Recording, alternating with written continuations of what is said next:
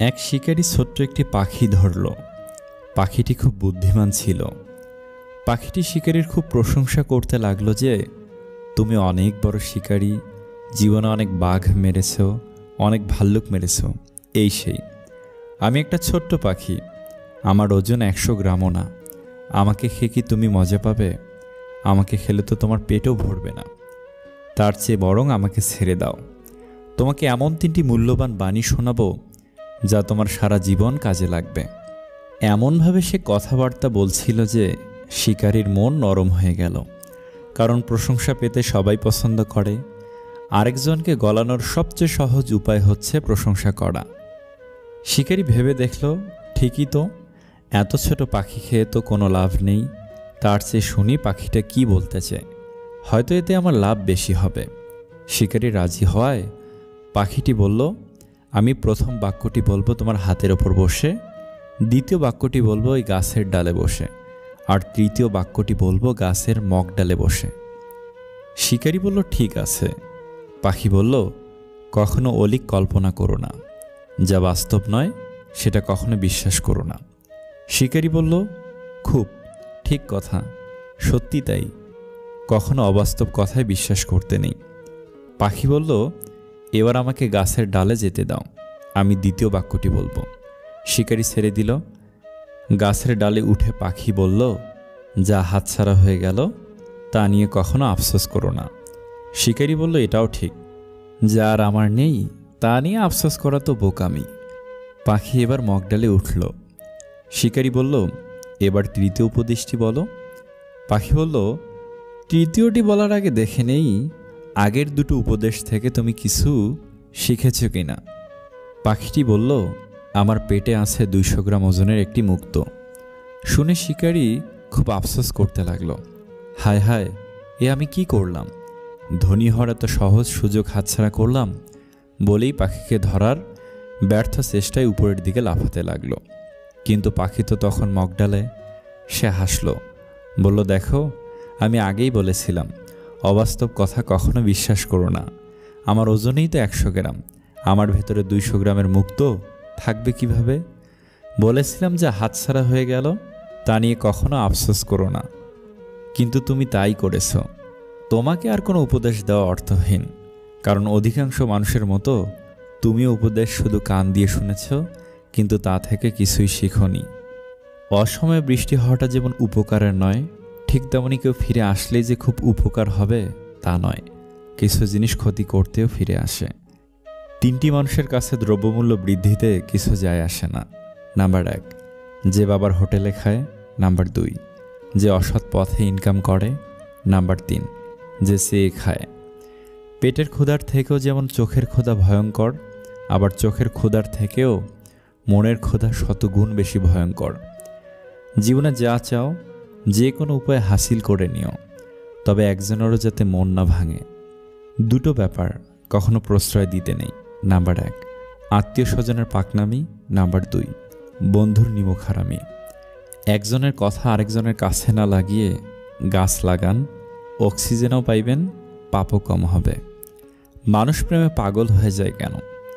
যখন কেউ প্রেমে ব্যর্থ হয় তখন সে ইমোশনাল পেইন পেতে থাকে, যা কোনো নেশাদ্রব্যের থেকেও ভয়ানক। সে তার সময় টাকা তার পিছনে ব্যয় করার কারণে তার থেকে এক্সপেকটেশন আশা করে, কিন্তু সে যখন সেটা পায় না সে পাগল প্রায় হয়ে যায়। বিশ্বাসটা রক্ষা করতে শিখুন, কারণ বিশ্বাসটা ভেঙে গেলে সত্যি কথাগুলো মিথ্যা বলে মনে হয়। একটা মানুষ তখনই নিজেকে আড়াল করার চেষ্টা করে যখন সে দেখে তার মূল্য কারো কাছে সে আগের মতো আর নেই। কি পেলাম কি হারালাম এই হিসাব মেলাতেই আমাদের জীবন শেষ করে দেই। বড্ড বোকামি করি, কিন্তু আমরা যা পেয়েছি তা নিয়ে সন্তুষ্ট থাকলে আমরা সুখী হতাম। মানুষের মন বোধহয় এরকমই, যখন মন খারাপের কোনো কারণই থাকে না তখন মন নিজে থেকেই খারাপ হয়। অন্যের উপর নির্ভর করে থাকতে চাই না, সারা জীবনের জন্য নিজের দায়িত্ব নিজেই নিতে চাই, আর এতেই মুক্তি। মিথ্যুক লোকের কথায় রস বেশি, সৎ লোকের রাগ বেশি। আজকাল মানুষ মজার ছলে অপমানটাই বেশি করে।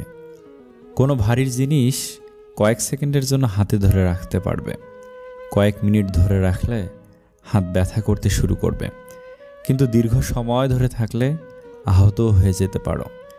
ঠিক তেমনই কারোর কোনো কথা মনে লম্বা সময় পর্যন্ত ধরে রাখলে সেটাও তোমার মনকে আহত করবে। মনে রাখবে, শরীরের ঘা ঔষধে আর মনের ঘা ভুলে যাওয়াতে ঠিক হয়। বেশিরভাগ কষ্ট ও মানসিক দুশ্চিন্তা মুখের কথার কারণে হয়ে থাকে। কখনো কারো কথায় বেশি গুরুত্ব দিও না। ভালোবাসার রাজ্যে কথার কোনো স্থান নেই। ভালোবাসা হলো নীরবতা। মাঝে মাঝে মনে হয় জীবনে কিছু কিছু মানুষের সাথে পরিচয় না হলে বোধহয় ভালোই হতো। বিশ্বাস করতে হলে এমন কাউকে বিশ্বাস করো যার মধ্যে নীতি আছে, যার মুখের কথা ও হাতের কাজ এক। আমাদের সমাজটা বড় অদ্ভুত। অসফল মানুষকে দেখে হাসে আর সফল মানুষকে দেখে জ্বলে। 100 বছর বাঁচার জন্য 100 বছর বয়স হওয়ার প্রয়োজন নেই।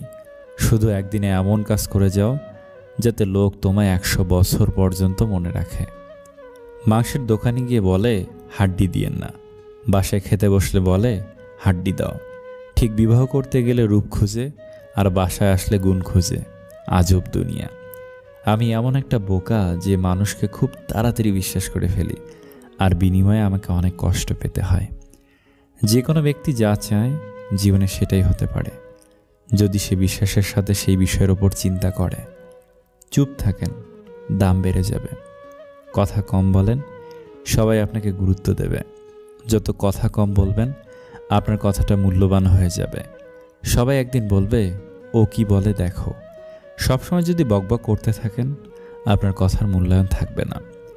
একজন রাগ করলে সম্পর্ক গভীর হয়, আর দুজন রাগ করলে সম্পর্ক নষ্ট হয়। প্রয়োজনের থেকে বেশি ভালোবাসা পেলেই মানুষ অবহেলা করতে শুরু করে। তাই কাউকে অতিরিক্ত ভালোবাসতে নেই। দামি উপহার না দিয়ে সময় আর গুরুত্ব দাও, দেখবে সম্পর্কগুলো এমনিতেই সুন্দরভাবে টিকে যাবে। পুরুষ মানুষের সত্যিকারের ভালোবাসা ভয়ঙ্কর সুন্দর। কোনো পুরুষ যখন পাগলের মতো কোনো নারীকে ভালোবাসে তখন তাকে ভাগ্যবতী বলা হয়। ভীষণভাবে পাশে থাকা মানুষটি একটা সময় আর থাকে না, যখন বিকল্প সঙ্গ পেয়ে যায়। জীবনে ঘুমটাই আসল। টাকা খরচ হয় না, কোনো টেনশন থাকে না, কাউকে ভাবতেও হয় না। মেয়েদের মাত্রাতিরিক্ত জিদ, পরকীয়া, মুখে মুখে তর্ক করা আর বাবার বাড়ির কুপরামর্শ ডিভোর্সের অন্যতম কারণ। কাছে টেনে অবহেলা করার চেয়ে সরাসরি বলে দেওয়া ভালো, এই গল্পের এখানে শেষ। চেহারা দেখে যদি মানুষ চেনা যেত তাহলে ভুল মানুষের প্রেমে পড়ে কাঁদতে হতো না। প্রতিটা মেয়ের সব পাওয়ার মধ্যে সবচাইতে বড় পাওয়া হলো দায়িত্ববান কেয়ারিং একজন স্বামী। সময়, সুযোগ, ক্ষমতা, এই তিনটার অপব্যবহার মানুষকে ধ্বংস করে দেয়। যদি ভিডিওটি আপনাদের এতটুকু ভালো লাগে তাহলে প্লিজ অনুরোধ করব একটা লাইক করবেন, কারণ আপনাদের একটা লাইক আমাদের পরবর্তী ভিডিও বানাতে উৎসাহ যোগায়।